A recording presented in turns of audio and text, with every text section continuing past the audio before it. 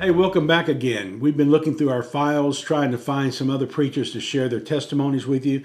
And we've got one here that's incredible. Actually, I've been telling his story for years in churches. And after reading back over again, I realized I'd been leaving out a lot of good stuff. So I want to be able to share the whole thing with you today. It's a preacher by the name of Bhattina Babu Rao. He lives in India. And just so you'll know, before we started supporting him, he had led 75 people to Christ and baptized 73 of them. Now, what is that, a 98, 99% baptism rate? And he had already started 2 churches. Now, his primary church, the first one he started, at the time he wrote his application, he was running about 150 people in that church service. So let me get his testimony and share it with you. It's kind of thick, but I'm not going to go through the whole thing. We'll just take a few minutes. He says, I belong to a small village which is situated by all the... That's just my computer. You'll excuse me, please. I belong to a small village which is situated by all sides of mountains and forests, which means he's down in a valley situation. He says, I'm a Hindu by religion. Listen to this. There are no temples in our village. The people worship forest goddesses and offer animals and cock sacrifices, rooster sacrifices. In the dense forest, some tribals are in practice of offering human sacrifices to the goddesses in belief of getting supernatural and mystic powers.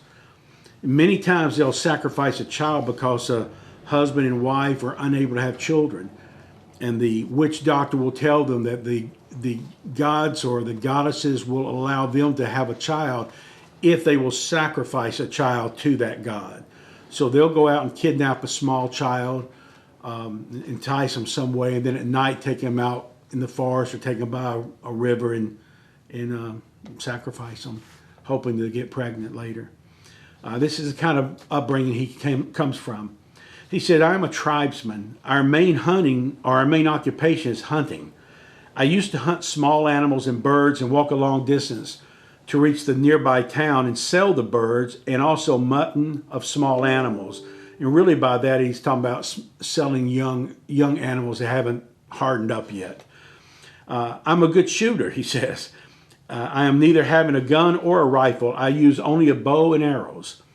I can understand and write the native language. One day I had gone to the forest with my bow and arrows for hunting. I entered the forest and walked in, but I could not meet any birds or animals. Still, I decided to go into the interior forest. I was going on, but I found no trace of either birds or animals. It was nearly sunset. I decided to hurry up the return home, but in that situation of emergency, I got a wrong route and walked that route for several miles. In other words, he got lost in the jungle. I could not reach my village, but I came to near a big cave. I entered the cave, which was very dark, as it was almost sunset. There began drizzling of rain.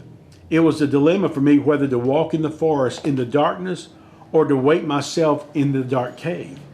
It was not good to walk in the dense forest during the nighttime, and that's because there's tigers and snakes and other things there that can kill you.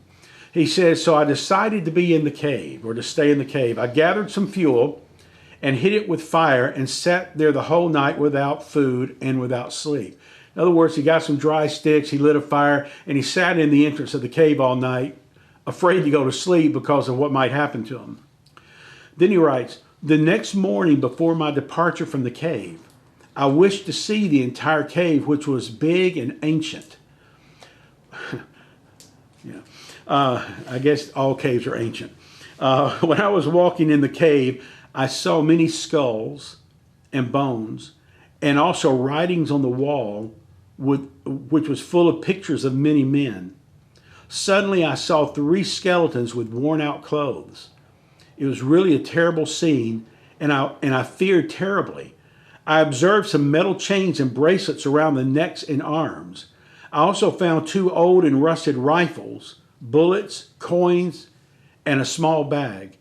The cave had not been visited previously. I gathered all of these things and opened the bag with curiosity. I think he probably was hoping there was money in it. He said, where I found papers in the bag. There I read the papers, which were some tracts. They spoke the miracles and teachings of Christ, which completely changed me and had great influence on me, which caused me to switch over to Christianity. I went to the village and told my kith and kin about my experience in the cave and also my intention to take baptism. I had gone to the church whose address was on the tracts, and after finding it, I met with the pastor and he led me to Christ. Since becoming a Christian, I have led 75 people to Christ and started 2 churches.